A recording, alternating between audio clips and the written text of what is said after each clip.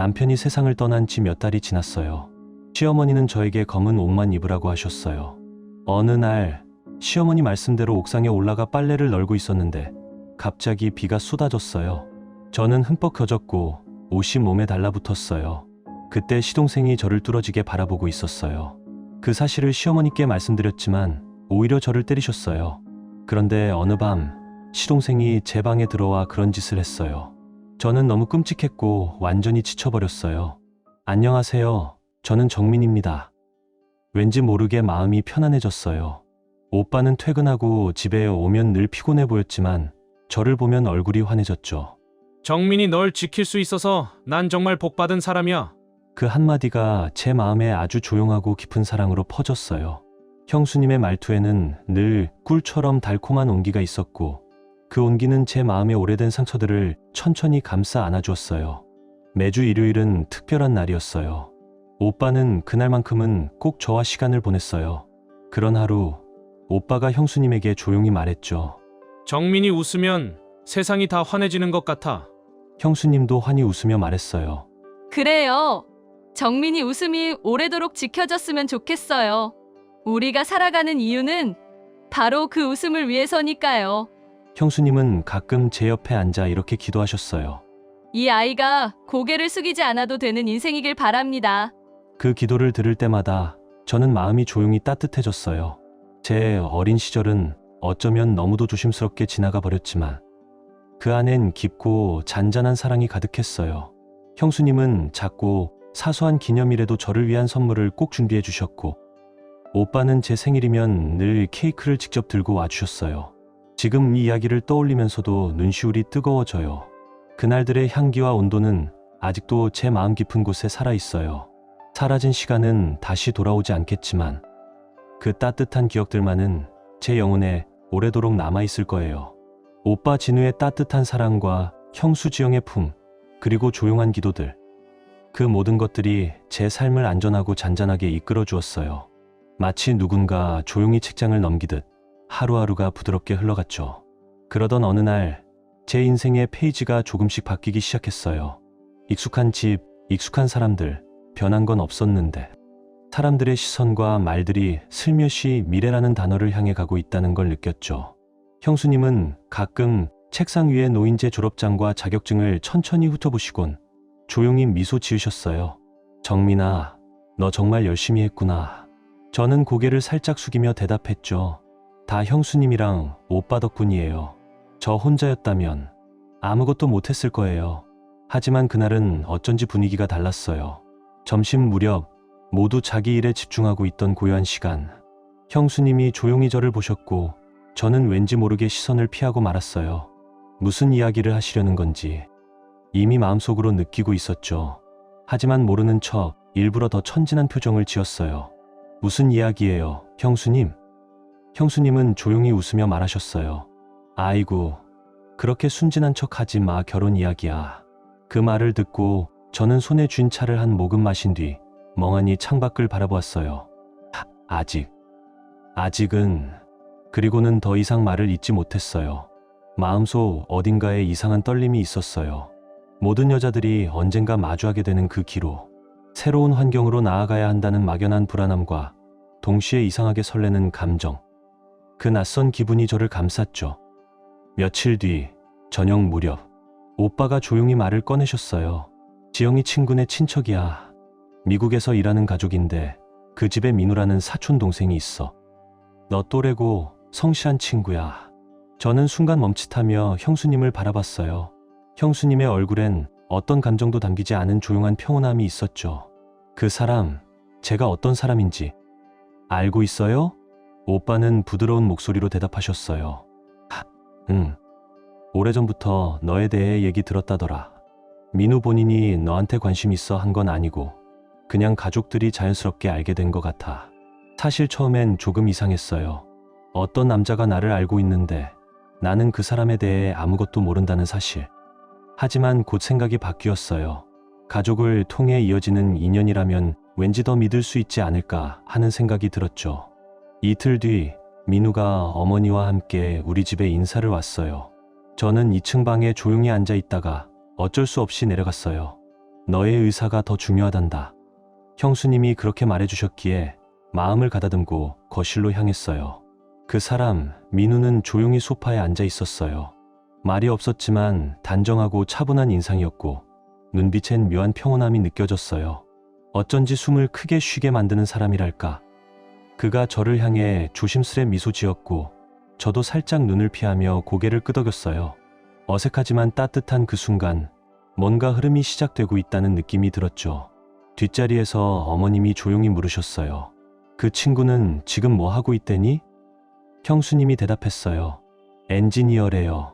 미국에 있는 기업에서 일하는데 일 외에는 조용하고 성실한 성격이라고 하더라고요. 다음날 오빠가 제게 조심스레 말을 꺼냈어요. 정민아, 우리는 절대 강요할 생각 없어. 너 마음이 제일 중요해. 어떻게 생각하니? 그 순간부터 형수님은 마치 친언니처럼 제 손을 꼭 잡고 함께 시장을 다녔어요. 옷을 고를 때도 반지를 볼 때도 언제나 제 눈빛 하나하나를 먼저 살폈죠. 그 시간들 속에서 제 삶은 아주 조용히 하지만 확실하게 새로운 길로 향하고 있었어요. 꿈속을 거니는 듯한 나날이었어요. 결혼식 날 모든 게 마치 한 편의 동화 같았죠. 집 안가득 은은한 조명, 오고 가는 하객들의 웃음소리, 그리고 제 가슴 깊은 곳에서 번지던 설렘과 떨림. 형수님 지영은 새하얀 드레스를 입은 저희 주름 하나까지 정성껏 펴주셨어요.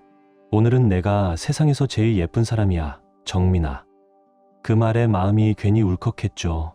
결혼 후 처음 들어간 신혼집은 작고 수박했지만 모든 것이 가지런히 정리된 공간이었어요. 민우가 문 앞에 서서 웃으며 말했어요. 이 집은 내가 들어와줘서 비로소 완성됐어. 그 다음날 우리의 첫 아침이 시작되었어요. 저는 기어이 아침밥을 만들겠다고 고집을 부렸죠. 민우는 그런 제 모습에 웃으며 한참을 바라보다가 조용히 말했어요. 정민아, 내가 만든 차 너처럼 달달하네. 그 말에 저는 민망하게 웃었지만 속으로는 말할 수 없이 행복했어요. 그렇게 우리의 매일은 사소한 다정함으로 채워졌어요. 신혼여행은 강원도로 다녀왔어요. 그곳엔 눈이 쌓인 산맥과 깊은 고요함이 있었고 우리는 그 속에서 꿈처럼 시간을 보냈어요. 저는 처음으로 눈을 손으로 만져보았고 민우의 품 안에서 시간은 멈춘 듯 했죠. 어느 날 설경이 펼쳐진 한 언덕 위에서 민우가 저를 바라보며 말했어요. 이 하얀 산, 이 조용한 공기 그리고 너. 다 너무 아름답다. 그 말에 저는 아무 말도 못하고 하늘을 올려다봤어요. 세상이 그렇게 맑고 투명하게 느껴진 건 처음이었거든요.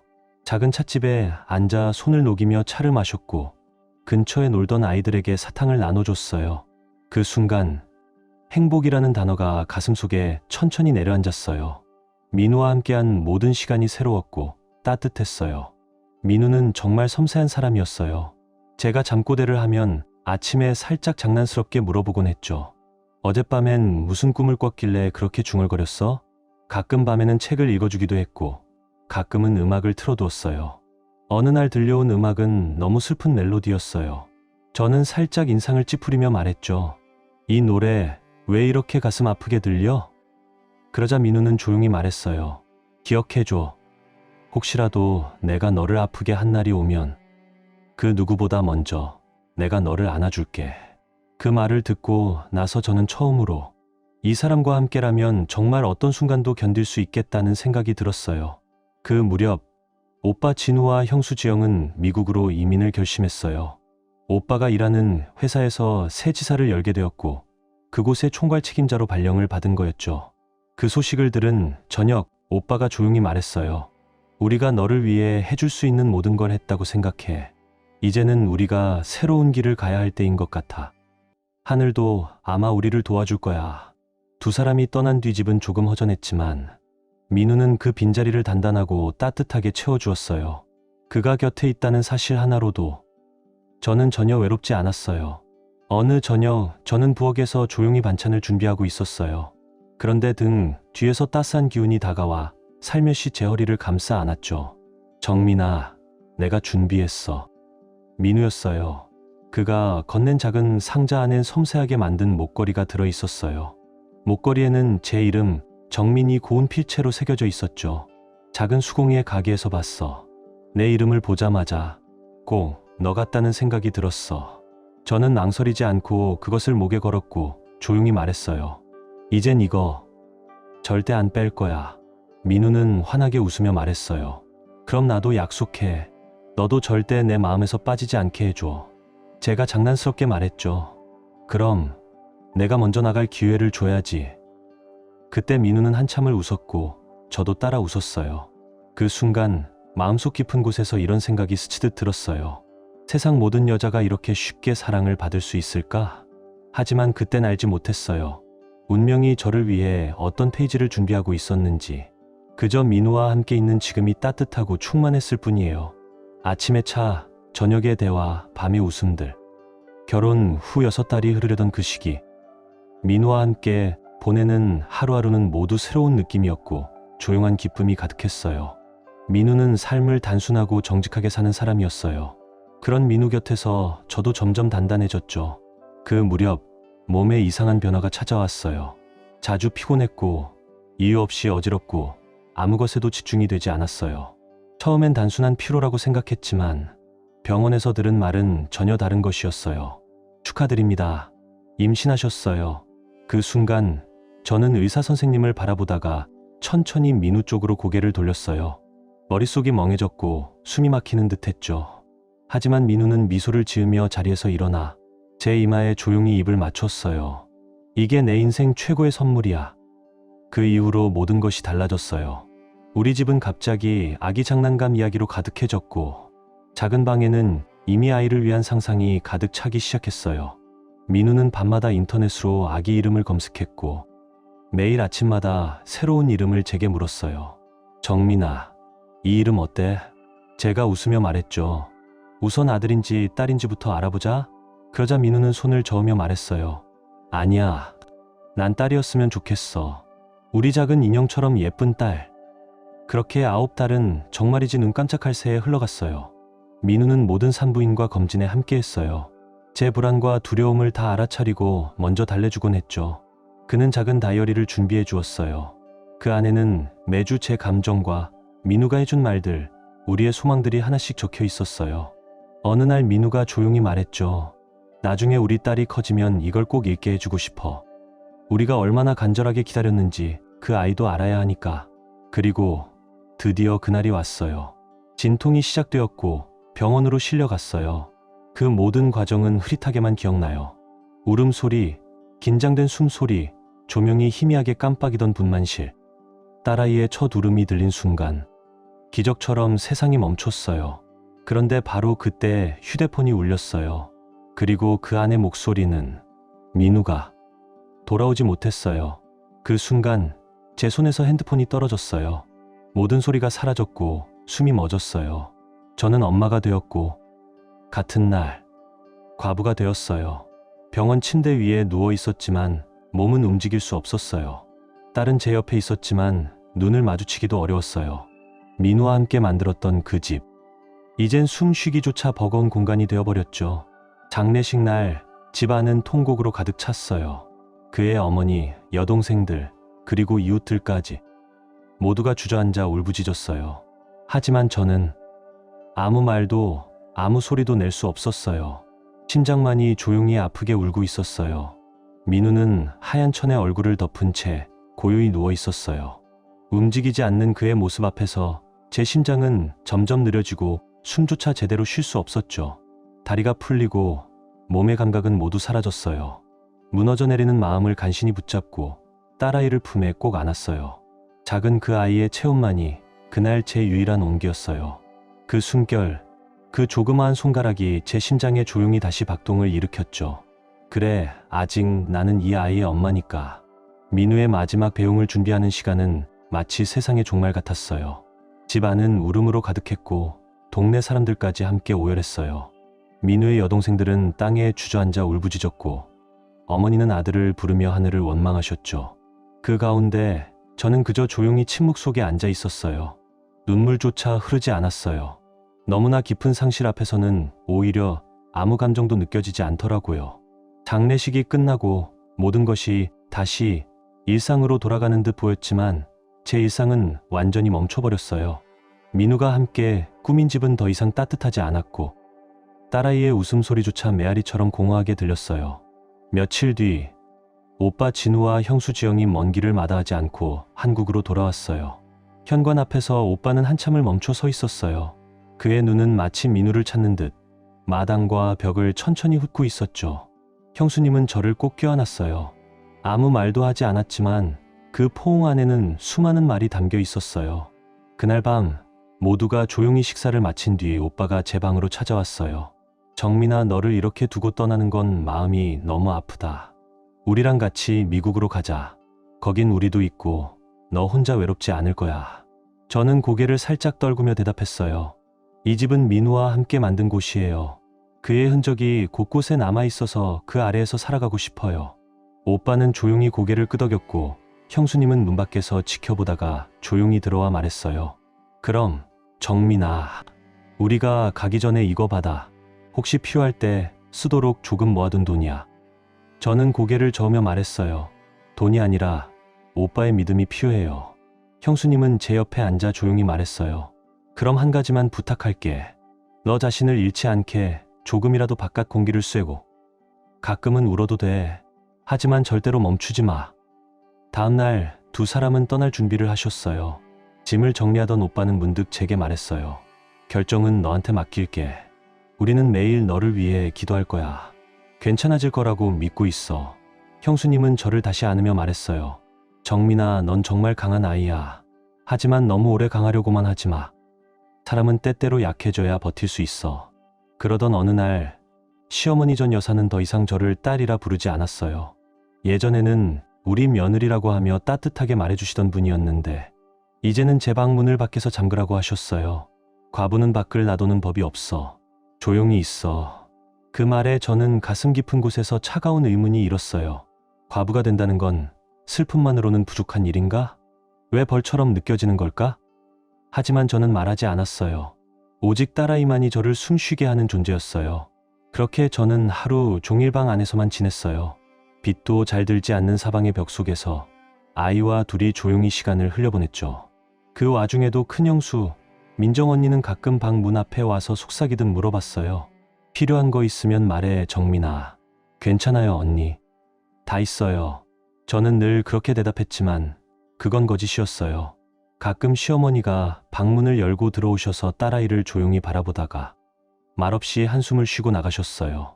그 눈빛엔 아무 말이 없었지만 왠지 모든 것이 다 판단되고 있는 느낌이었죠. 민정 언니는 제 유일한 숨구멍 같은 존재였어요. 누군가에게 들키지 않게 조심스레 문 밑으로 우유 한 컵을 밀어주기도 했고 딸아이를 위해 조용히 흔들그네를 걸어주는 사람도 언니였죠. 어느 날 저는 고요한 방 안에서 혼잣말처럼 중얼거렸어요. 여긴 마치 감옥 같아. 그냥 날짜만 세고 있는 기분이야. 언니는 제 손을 꼭 잡았어요. 그 눈동자에는 조용하지만 단단한 힘이 있었어요. 정민아, 넌 약한 사람이 아니야. 그냥 너무 오래 조용했을 뿐이야. 이 시간도 지나가. 반드시. 그 말에 마음 한켠이 무너졌어요. 하지만 아직은 울 수도 없었어요. 그저 입술을 꼭 깨물며 고개를 끄덕였을 뿐이었죠. 그런데 바깥 복도에 서 있던 신우의 목소리가 들려왔어요. 아직도 방 안에만 있어? 며느리라는 사람이 밖을 못 나가고 뭐 하는 건지. 그 말은 창문 없이 닫힌 방 안에 날카롭게 박혔고 제 심장은 또 한 번 조용히 쪼개졌어요. 며칠 뒤 민정 언니가 작은 접시에 반찬을 담아 몰래 가져다 줬어요. 하지만 누군가 그걸 봐버렸고 시어머니 전 여사는 곧장 제 방으로 달려오셨어요. 이게 뭐 하는 짓이야?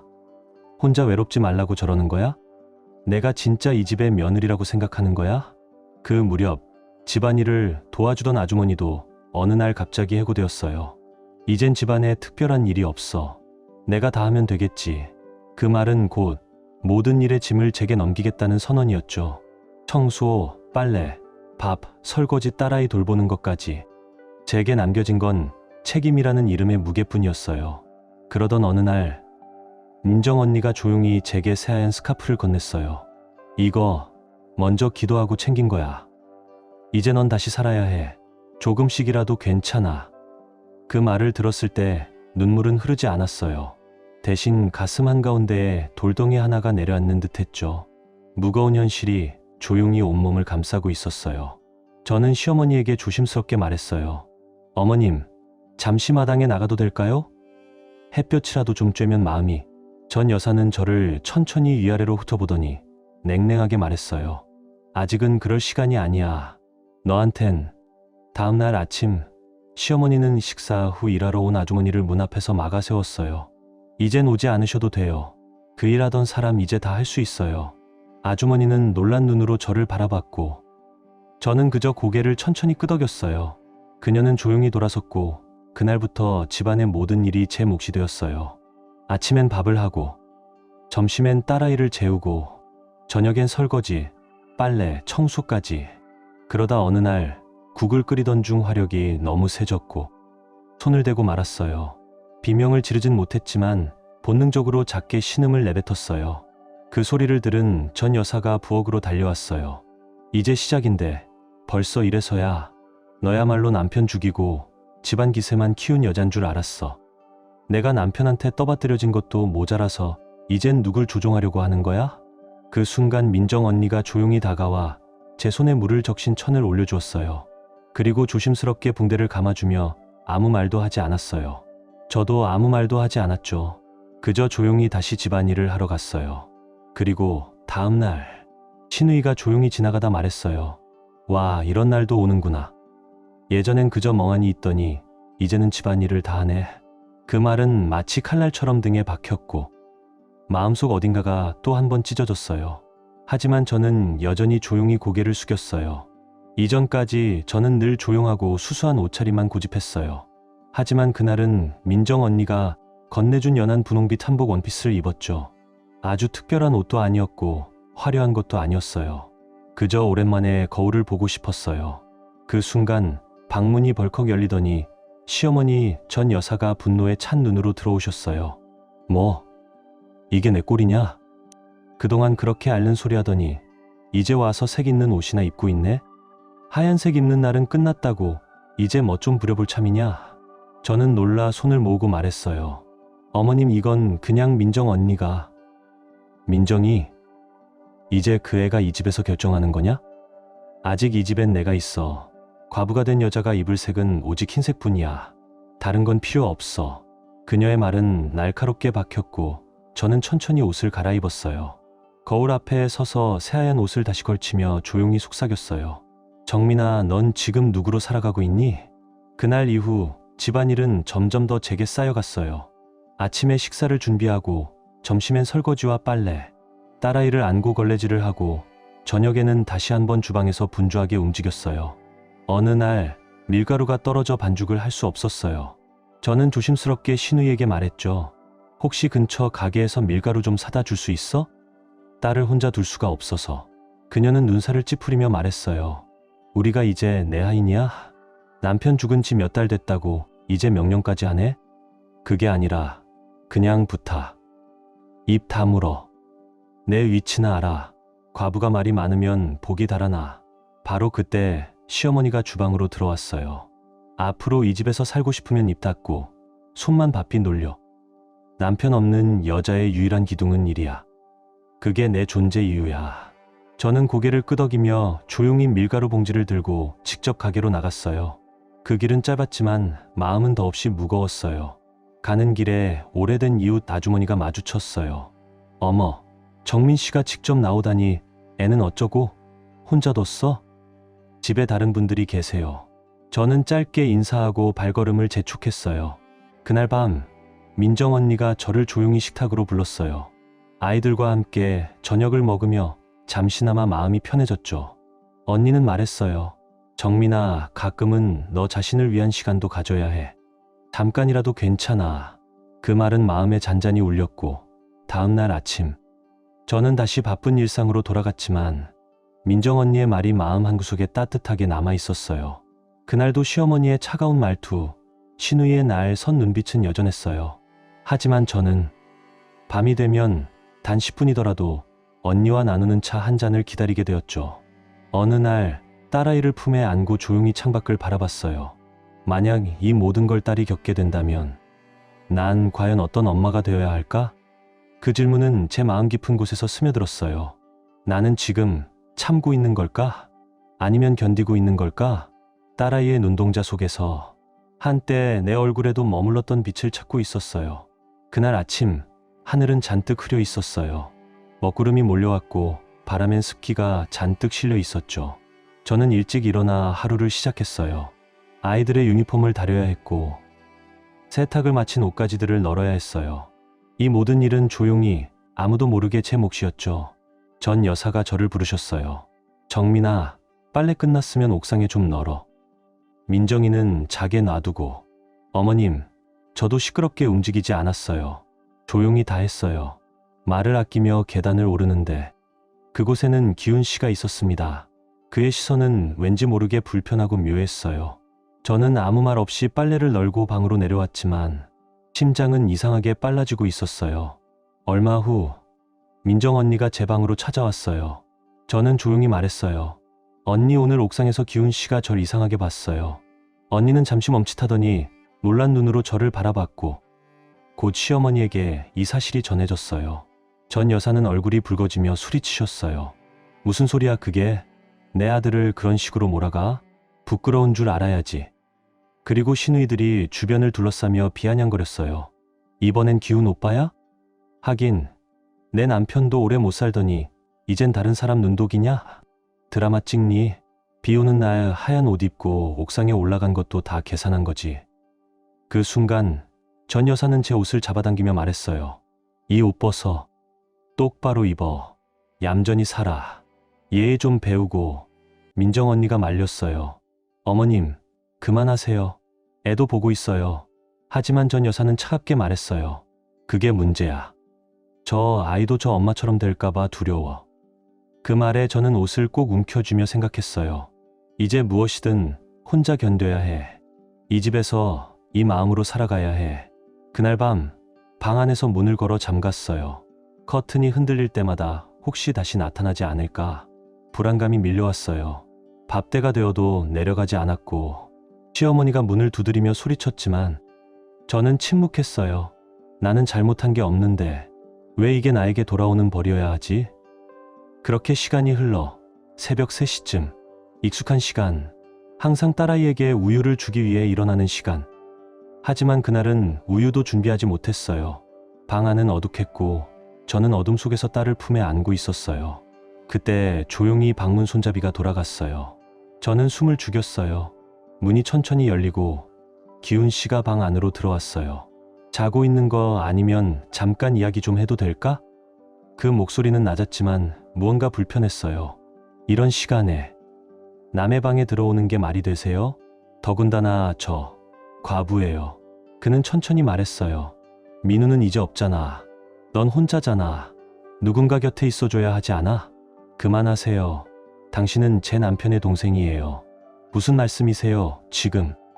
그는 한 발짝 다가서며 말했어요. 이젠 관계는 서류일 뿐이야. 그냥 마음으로 느껴봐. 저는 뒷걸음질치며 외쳤어요. 당장 나가세요. 여기서 나가세요. 그는 순간 멈칫하더니 이마를 짚었고 얼굴이 굳어진 채로 비틀비틀하다가 한쪽으로 쓰러졌어요. 비명이 터졌고 이내 집 안은 소란스러워졌어요. 민정 언니가 가장 먼저 방 안으로 들어왔고 그 뒤를 따라 시누이들과 시어머니가 뛰어들어왔죠. 저는 방문 옆에 웅크린 채 떨고 있었어요. 기훈 씨는 바닥에 쓰러져 있었고 눈은 휘둥그레졌으며 입가에는 거품이 맺혀 있었어요. 너, 내 아들을 어떻게 만든 거야? 시어머니 전 여사는 소리쳤어요. 저 아무것도 안 했어요. 그 사람이 먼저. 제 목소리는 점점 사라져갔어요. 거짓말 마. 너 같은 여자를 어떻게 믿어? 민정 언니는 기훈 씨를 살펴보다가 급히 말했어요. 지금 병원 가야 해요. 심장 쪽 문제 같아요. 남자 식구들이 급히 들것에 태워 병원으로 향했고 그날 이후 기훈 씨는 말도 잘 못하고 왼쪽 몸이 마비됐다는 진단을 받았어요. 전 여사는 흐느끼며 민정 언니에게 안겨 말했어요. 네, 아들, 그 아이는 전현 때문이야. 다 전현이 저주한 거야. 저는 병원에 가지 않았어요. 그저 제 방 안에 딸을 안고 숨어 있었어요. 눈을 감고도 모든 소리를 들을 수 있었죠. 며칠 뒤 민정 언니는 조용히 말했어요. 이제 다 드러났어. 더는 숨길 것도 없어. 기훈 씨는 휠체어에 앉아 있었고 입에서는 겨우겨우 몇 마디가 흘러나왔어요. 의사의 소견서도 함께 도착했죠. 전 여사는 급히 봉투를 찢어 열고는 안경을 쓰고 큰 소리로 읽었어요. 좌측 마비, 일시적 실어증, 응급성 뇌졸중. 거실은 조용했어요. 누구도 입을 열지 않았죠. 저는 방 한켠에서 딸을 품에 안고 그 모든 걸 듣고 있었어요. 눈은 감고 있었지만 마음속에서는 끊임없이 울리고 있었어요. 진실은 언젠가 말없이도 드러난다. 그날 밤 민정 언니가 조용히 제 방으로 들어왔어요. 문을 살며시 닫고 카페 뒤에 앉았죠. 한참을 아무 말 없이 있다가 조용히 입을 열었어요. 정민아, 사실은 내가 너한테 오랫동안 말하지 못한 게 있어. 너한테 미안해. 정말 미안해. 왜 말하지 않으셨어요? 언니는 조용히 눈을 내리깔았어요. 어머님이 말했어. 가문에 체면이 달렸다. 아무 말도 하지 마. 그때는 나도 그게 맞는 줄 알았어. 아이들이 생기고 나도 그냥 조용히 사는 게 익숙해졌어. 이젠요? 이젠 그 침묵이 끝났어. 그 사람이 널 향해 손을 뻗은 순간 내 마음도 깨졌어. 이건 절대 참을 수 없었어. 그럼 언니는 이제 어떻게 하실 거예요? 난 떠날 거야. 아이들과 함께. 이 집에선 너는 못 살겠어. 다음날 아침 민정 언니는 말없이 짐을 싸기 시작했어요. 그 모습에 전 여사의 얼굴이 하얗게 질렸어요. 벽에 기댄 그녀는 아무 말도 하지 못했죠. 뭐 하는 거니? 어디 가려고 그러니?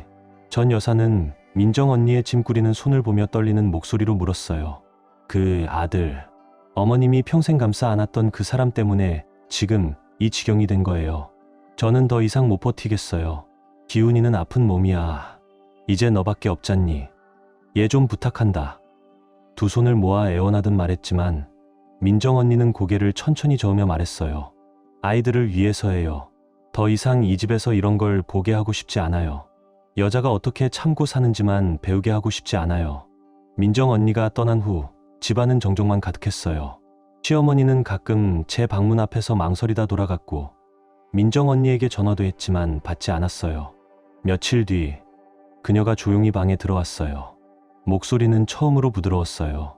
정민아, 내가 했던 말 그거 다 맞았어. 내가 너한테 정말 못했어. 저는 조용히 고개를 떨궜어요. 그리고 그 말을 들으며 마음속으로 묘한 슬픔과 공허함이 스며들었어요. 지금 와서 그런다고 이미 민정 언니도 떠났고 다 지나갔는데요. 전 여사는 말없이 등을 돌렸어요. 굽은 어깨가 세월의 무게처럼 느껴졌어요.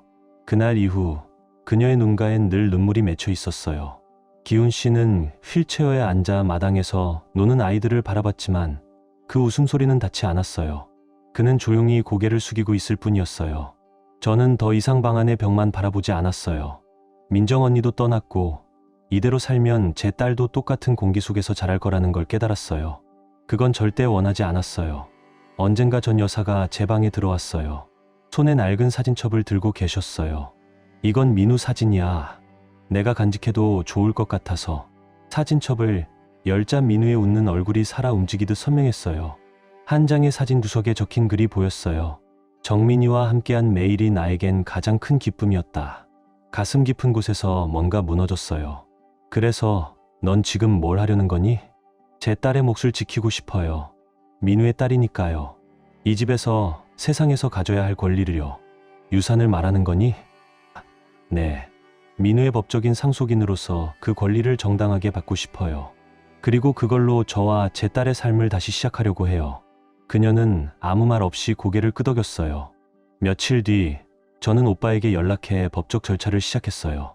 오래된 서류를 모으고 몇 번이나 관청과 법원을 오간 끝에 저는 민우의 유산 일부를 받을 수 있었어요. 그 돈은 단순한 돈이 아니었어요. 제겐 새로운 시작이었어요.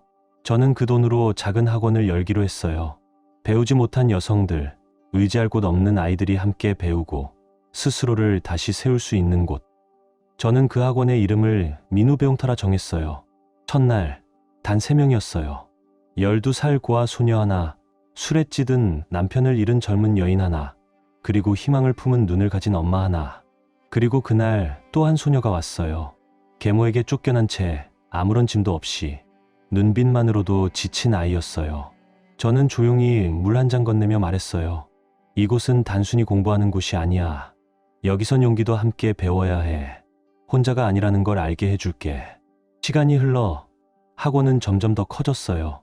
저는 조그마한 보호소도 함께 운영하기 시작했어요. 아이들이 잘 수 있는 작은 방 하나, 소박한 부엌 하나, 헌 책 몇 권을 꽂아둔 작은 도서실 하나. 딸아이는 어느덧 훌쩍 자라 학교에 다니고 있었고 저녁이면 학원으로 와 아이들에게 동화책을 읽어주었어요.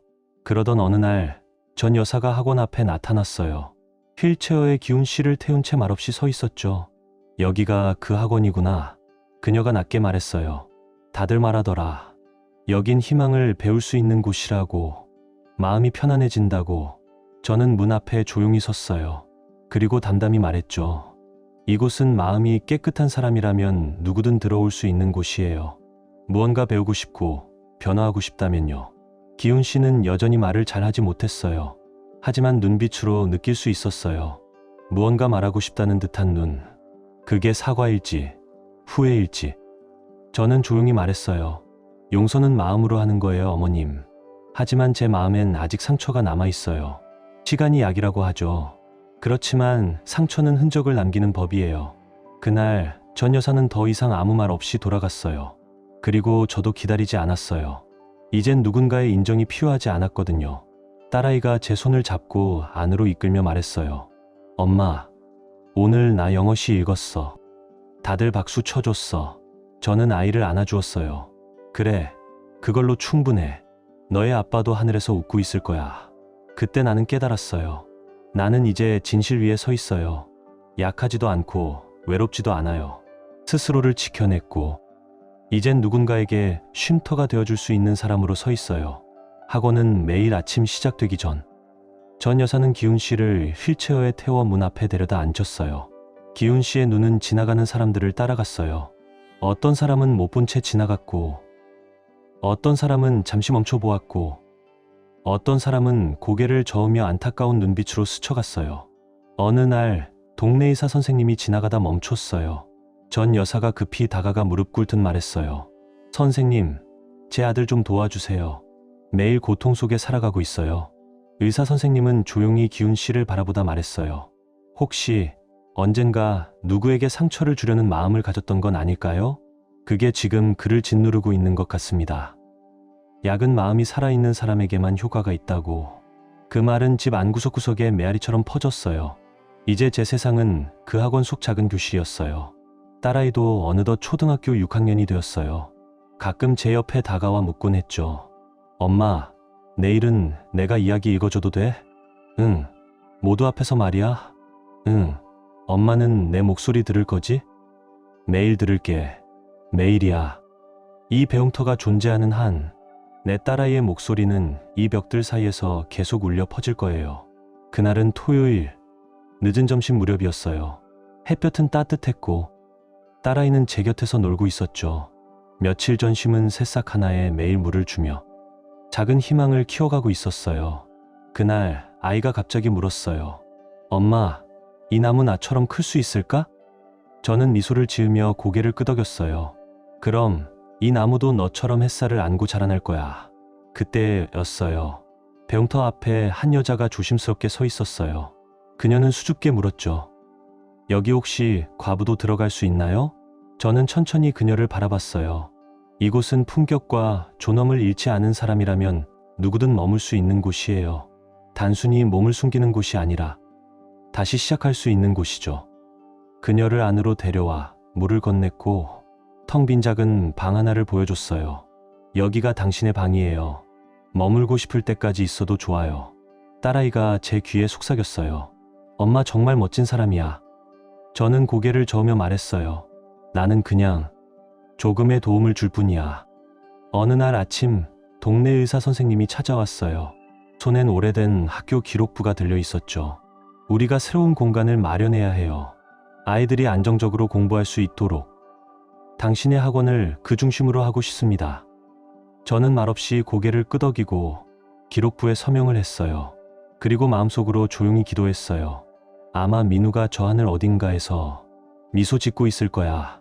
그날 저녁, 기훈 씨는 여전히 휠체어에 앉아 문 앞에 있었어요. 그의 눈은 여전히 공허했고 아이 하나가 조심스레 다가갔어요. 그 눈빛만으로 의도를 알 수 있었어요. 기훈 씨는 고개를 떨구었고 두 눈에서 굵은 눈물이 흘러내렸어요.